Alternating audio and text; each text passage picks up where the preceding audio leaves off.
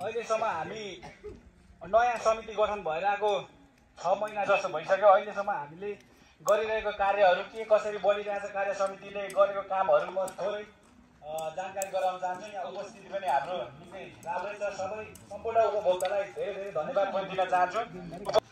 अहिलेसम्म सामुदायिक वनले हामीले गर्दै आएको कार्यक्रम चाहिँ हामीले जिल्ला डिएफओ जिल्ला वन कार्यालयबाट पनि हामीले सिमसार संरक्षण सम्बन्धीमा योजना ल्याएको छौँ 5 लाख रुपियाँ, जुन काम हामीले अस्ति त्यसमा पनि उपभोक्ताबाट 1,30,000 बराबरको श्रम गर्ने त्यसमा हामी आदिवासीले श्रम गरेको छौँ र नेपाली सेनालाई पनि धन्यवाद दिनुपर्छ। नेपाली सेनाले पनि हामीलाई सहयोग गर्नुभएको छ। त्यो 5 लाखको काम चाहिँ हामीले छोरी पोखरी सरसफाइ र यो बन्नु आँट्दै गरेको पार्किङमा माटो ल्याएर पोत्ने काम र यहाँ ग्याबिङको पनि तपाईँहरूले देख्नुभयो होला, त्यहाँ ग्याबिङ जालीको काम छ। त्यति काम हामीले 5 लाख बराबरको गर्नु छ।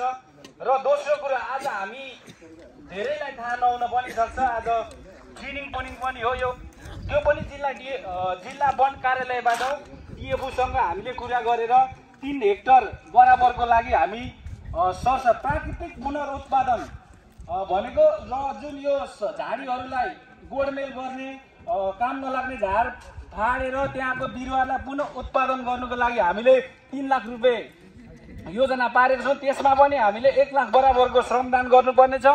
यो काम चाहिँ हामी सबैले श्रम गरेर भएको हुँदा त्यो पैसा सामुदायिक वनलाई अलिकति प्लस पोइन्ट हुनेछ भन्ने पनि म जानकारी गराउन चाहन्छु। जुन हाम्रो समूह सबैलाई थाहा छ, साधारण सभामा पनि हाम्रो लेखा प्रतिवेदनबाट पनि बुझ्न सकिन्छ, हाम्रो वन घाटामा छ, कति लाख माइनसमा छ। यो आर्थिक वर्षमा पनि हामीले काठ किरनी गर्दाखेरि 1,27,000 बराबरको एक्स्ट्रा हामीले नगरपालिकामा कर तिरेको छौँ। त्यो पनि हाम्रो ऋण हो। ऋणमाथि झन् ऋण प्लस भएको छ। र पानमा चाहिँ हाम्रो अहिले पान चाहिँ सबै सामुदायिक वन सङ्घ संस्थाहरूले पानहरू बुझाउनै पर्ने सरकारले एउटा नीति ल्याएको छ। त्यो चाहिँ नगरेसम्म हामीले कुनै पनि सरकारी कामहरू गर्न सक्दैन। र त्यसको चाहिँ नेपाल सरकारले छुट पनि दिएको थिएछ। हाम्रो चाहिँ 2075 सालदेखि अहिलेसम्म पान रिन्यु नै गरेको रहेनछ क्या, 10-11 वर्ष भयो। त्यो चाहिँ अहिलेसम्म सबै मौन छ।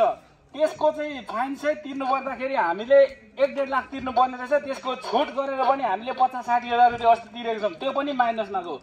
भनेपछि त्यही माइनसको कामहरूलाई परिपूर्ति गर्नुको लागि चाहिँ यो अहिले गरेको कार्यक्रमले चाहिँ हामीलाई टेवा पुग्छ भन्ने पनि म जानकारी गराउन चाहन्छु।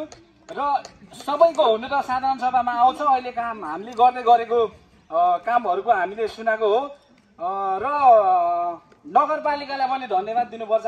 हामीले नगरपालिकाले हामीलाई अदुवा रोप्ने कार्यक्रम दिएको छ। उहाँले 50,000 योजना छुटाइदिनु भएको छ। 20,000 बराबरको हाम्रो बिउ किनिरहेछ। अब त्यस पछाडि मल के किनेर हाम्रो त्यो चिउरीको एरियामा हामीले त्यहाँ अदुवा त्यहाँ पनि रोप्नुपर्ने छ। त्यसमा पनि हामीले सर्वदान गर्न सक्यो भने त्यहाँ भएको उहाँहरूले रोपेर छोडिदिनुहुन्छ। त्यहाँको निस्किने माउ बच्चा सबै हामी सामुदायिक वनलाई नै पैसा आउनेछ भन्ने पनि म जानकारी गराउन चाहन्छु। र अब आउने आइतबार हामीले अस्ति निर्णय गरेको थियौँ, पहिले हुनु त सबै पातहरू झरिसकेको छैन, अग्नि रेखाङ्कन गर्नुपर्ने कार्यक्रम हामीले 10 गते आइतबारको दिन हामीले चिठी अस्ति निवेदन सूचना गरेको छौँ। त्यसलाई पनि अलिकति ध्यान आकर्षण गर्नु होला। हुनु त अलिकति छिटो भयो जस्तो लागिरहेछ मलाई पनि। र पनि अब त्यसलाई पनि ढिलो चाहिँ गर्नु हुँदैन भन्ने अस्ति हाम्रो सामुदायिक वनबाट पनि र्यालीको लागि हामी 10-15 जना उपस्थित भएको थियौँ। यो आगो लागेको लागि त्यो दिन चाहिँ खाजाको व्यवस्था आफैले स्वयं बेहोर्नु पर्नेछ। र आजको चाहिँ खाजाको व्यवस्थापन समूहले नै गरेको पनि म जानकारी गराउन चाहन्छु। र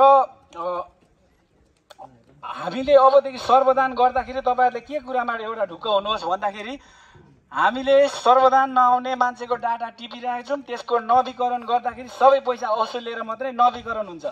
यदि उहाँले त्यो गर्नु भएन भने उहाँको सदस्यता नवीकरण पनि उपभोक्ता सदस्य नवीकरण पनि खारेज हुनेछ भन्न चाहन्छु। र मेन कुरा त सबैलाई धेरै धेरै धन्यवाद।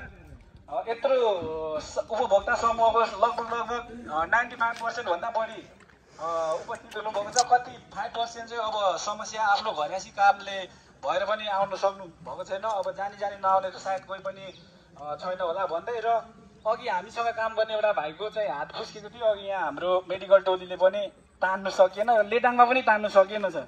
उहाँलाई चाहिँ बाहिर लाने कुरा भएछ, त्यस पनि म जानकारी गराउन चाहन्छु।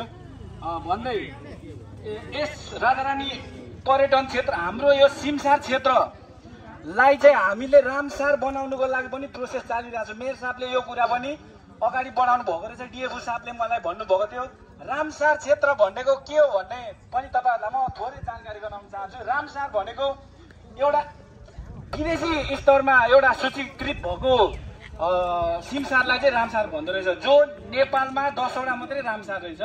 रामसार भन्ने बित्तिकै यहाँ यस क्षेत्रमा रहेको चराचुरुङ्गी, माछा, जनावर, वनस्पतिहरू, लोप उन्मुख सुनाखरीहरू छ, हामीसँग माछाहरू छ। टन्नै कुराहरूले रामसार बन्नको लागि मापदण्ड हाम्रो पुग्छ भन्ने हाम्रो बुझाइ पनि रहेको छ र यसको लागि हामी लागि परिरहेछौँ। यस क्षेत्रमा अनुगमन गर्नको लागि डिएफओ साहबले 2 जना विद्यार्थी बहिनीहरू पनि पठाउनु भएको छ। डिएफओ साहब नगरपालिकालाई पनि धन्यवाद दिन पर्छ। रामसार क्षेत्र घोषणा गरिसक्यो भने हाम्रो क्षेत्रलाई चाहिँ विदेशी स्तरबाट पैसा आउँदो रहेछ। यसमा हामीले थाम्नै नसक्ने पैसा आउँछ, टन्नै आएर अब यसमा विकासको क्षेत्रमा काम गर्न सकिँदो रहेछ र यो चाहिँ पद बढुवा भन्छ। सिमसारबाट त एक स्टेप अगाडि बढेको पद बढेको पनि हो र यो क्षेत्र फेरि हामीले संरक्षण गर्न सकेन र जैविक विविधताहरूलाई नाश गर्यो भने हाम्रो यो रामसारबाट फेरि झर्न पनि सकिँदो रहेछ। उदाहरणको लागि कोशी टापु चाहिँ नेपालको पहिलो रामसार रहेछ, जो त्यहाँ अर्नाको राजधानी भनेर पनि चिनिने गरिन्छ। हाम्रो त यहाँ सुनाखरीको राजधानी भनेर चिन्ने गरिन्छ। त्यस ठाउँमा चाहिँ हामीले रामसार बनाउन सक्यो भने हामी सबै यस राजारानी सामुदायिक वनका उपभोक्ताहरूले यस क्षेत्रबाट पर्यटन विकास भएपछि आम्दानीको स्रोत बढेपछि यस समूहलाई पनि अलिकति अगाडि बढाउन केही सहज हुन्छ कि भन्ने मेरो मान्यता छ। भन्दै यस क्षेत्रलाई पार्क स्थलहरू बनाउनको लागि हाम्रो वडाध्यक्षज्यूले धेरै कोसिस गरिरहनु भएको छ, सहयोगदाताहरू खोज्नु भएको छ। त्यसको लागि अहिलेसम्म के सम्भव भएको छ, के प्रोसेस छ, उहाँलाई पनि थोरै 2 शब्द राखिदिनु हुनको लागि हार्दिक अनुरोध गर्दछु। त्यहाँको समितिलाई पनि लगियो, कोशी टापु लगियो, धरानको हर्क सामपाङको पार्क देखाउन लगियो, श्रमबाट पनि गर्न सक्दो रहेछ, विभिन्न भन्नेसम्म लगियो। उहाँहरूलाई पनि फेरि सिमसार रामसार बनाउनको लागि पनि लाँदैछु, कहाँ लानुपर्ने हो लाँदैछु घुमाउनुको लागि। त्यो सबै सहयोग अहिलेसम्म वडाले गरिरहेछ। त्यो लाने ओर्ने खर्च खुवाउने ओर्ने त्यहाँ भिजिट गराउने कामहरू वडाले गरिरहेछ। अझै पनि लानुपर्ने छ रामसार यसलाई स्वीकृत पार्नको लागि।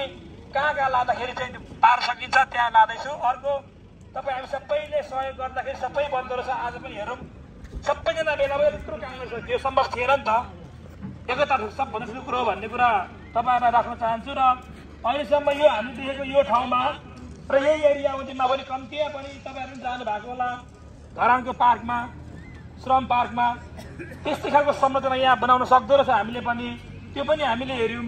अहिलेसम्म त्यो हेरेर धेरैसँग सेयर गरिसक्दाखेरिको अवस्थामा अहिलेसम्म 20-22 जना साथीहरू चाहिँ लिस्ट बनाएर आउनु भएको छ। उहाँहरू चाहिँ म पनि 5000 बराबरको यहाँ केही एउटा सानो बनाउँछु, अर्कोले भन्नुभएको छ 5000 सम्मको, 2000 सम्मको, यस्ता थुप्रा मान्छेहरू चाहिँ आउनु भएको छ। अहिले चाहिँ 22 जना हुनुहुन्छ।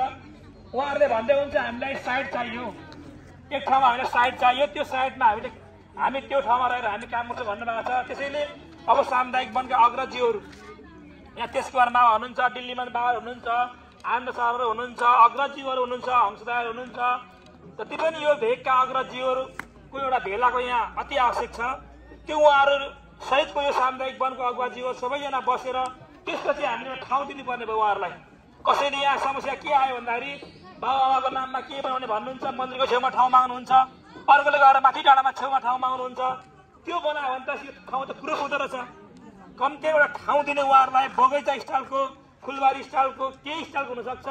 त्यो स्टेज दिएर चाहिँ अगाडि बढाउन आँटेको। त्यसको लागि अहिले 20-22 जनाले लिस्ट टिपाउनु भएको छ। हामी पनि गर्छौँ, हामी पनि गर्छौँ भनेर।